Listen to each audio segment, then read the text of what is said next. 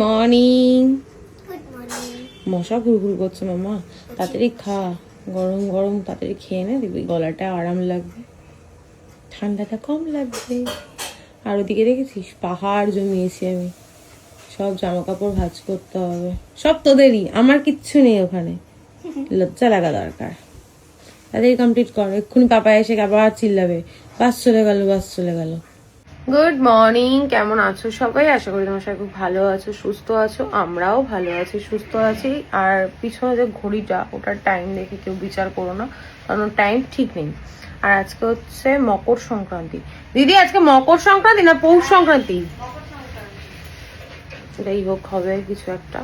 তো আজকে পিঠে খাওয়ার দিন, এইটুকু আমি জানি। পিঠে পুলি পায়ে সেসব হবে, আমার বাড়িতেও হবে, সব করবো জোগাড়।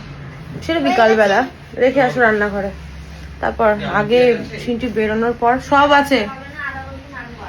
পেঁয়াজটা আনতে বারণ করো।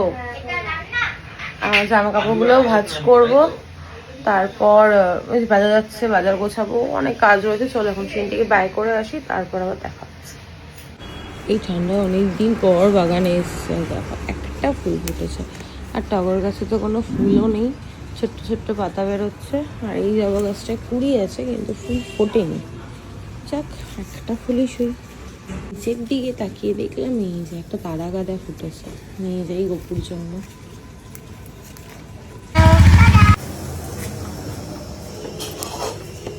হ্যাঁ, গুড মর্নিং। Good morning. তোকে একটু চা খাবি? ফেললো এখানে, ওই যে ইয়েটা আসলো না, পার্সেলটা খুললাম। তুই একটু চা খাবি? ঘন চা খাবে? লেজ খাবে। নাম ধরে নিজেই ডাকছে বিনোদি। বিনোদি চিংড়ি মাছ ছাড়ি মাথা খারাপ হয়ে গেছে। এই লাল গাজর গুলো খেতে না এত ভালো, ভীষণ মিষ্টি। না গো, এগুলো খুব ভালো খেতে, খুব মিষ্টি।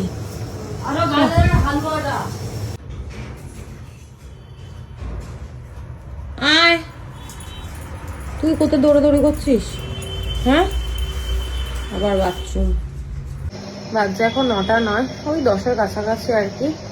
আজকে যেহেতু পিঠে পুলি খাওয়ার দিন, তো পুলি তো আমি বানাতে পারি না, আমি পাটিসাপটা বানাবো। তার জন্য তুমি বাজার হাট করে নিয়ে এসছে।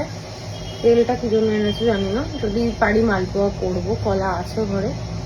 আর দিদির এখনো হয়নি, দিদি মাছ ধুচ্ছে, দিদির হয়ে গেছে। গোপুসোনাকে দেখাই একটু, দাঁড়া। গোপুসোনাকে আজকে চেঞ্জ করালাম না, কারণ কালকে বৃহস্পতিবার, চেঞ্জ করিয়ে দেবো। ওকে ড্রাই ফ্রুটস দিয়েছি। আর জামা কাপড় দেখো সব লাইনলি ভাঁজ করে রেখেছি, এগুলো পরে গোছাবো, এখন আর ভালো লাগছে না। মানে গোছাবো বলতে জায়গাটা জায়গায় পরে রাখবো। কোনো মাছ ধোয়া চলছে। এই লাইটগুলোর জন্য না পুরো চুলের 12টা বেজে যায়।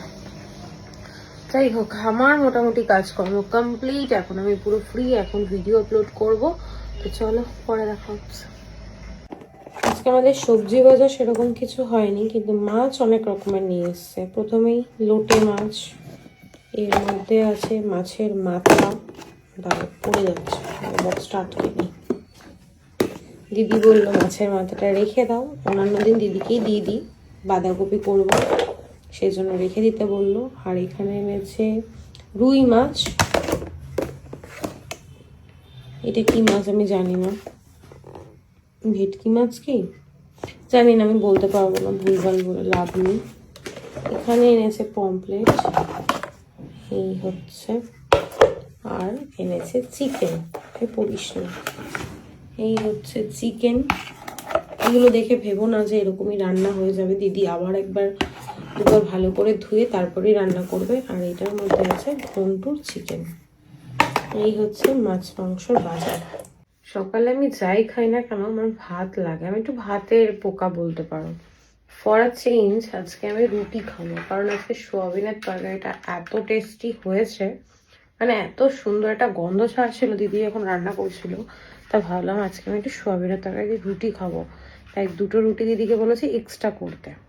এই হচ্ছে আমার প্লেট সাজিয়ে নিয়েছি, এখন খাবো, টিভি দেখবো, তারপর আবার ঘরের কাজ করব। মা খিচুড়ি পাঠিয়েছে, একদম ধোয়া উঠছে, গরম গরম খিচুড়ি, বাঁধাকপির তরকারি, আর এর মধ্যে আছে পাঁপড় ভাজা। এই যে আজকে লাঞ্চে হয়েছে সোয়াবিন আলুর তরকারি। অনেক দিন পর সোয়াবিন হয়েছে আমাদের। আর সিন্টির জন্য একটু চিংড়ি মাছ দিয়ে আলু দিয়ে তরকারি হয়েছে আর পেঁয়াজি। Good evening. বাচ্চা এখন 8:35, কিন্তু পেছনের ঘড়িতে এখন বাজছে 9টা, 8:34। অনেক কষ্ট নিয়ে নিজেকে বোঝালাম যে না, উঠতে হবে, এবার কাজ করতে হবে, আজকে পিঠে বানাতেই হবে। ফোনে চার্জ নেই আমার, চার্জ দিতে হবে। যাই হোক, চলো। সিন্টি তো পড়তে বসেছে, আমি উঠে ফ্রেশ হলাম, বিছানাটা গোছালাম। এখন রান্নাঘরে যাব, দেখি কি করতে পারি। আর শীত চলে যেতে বসলো আর কি। শীত যাই করছে, সেই সময় সোয়েটার বের করেছে। সোয়েটারটা নেল পলিশটা ম্যাচিং হয়ে গেছে। চলো কাজ করি। আর ভালো লাগছে না, আমার ঘুমোতে ইচ্ছা করছে, কিছু করার নেই।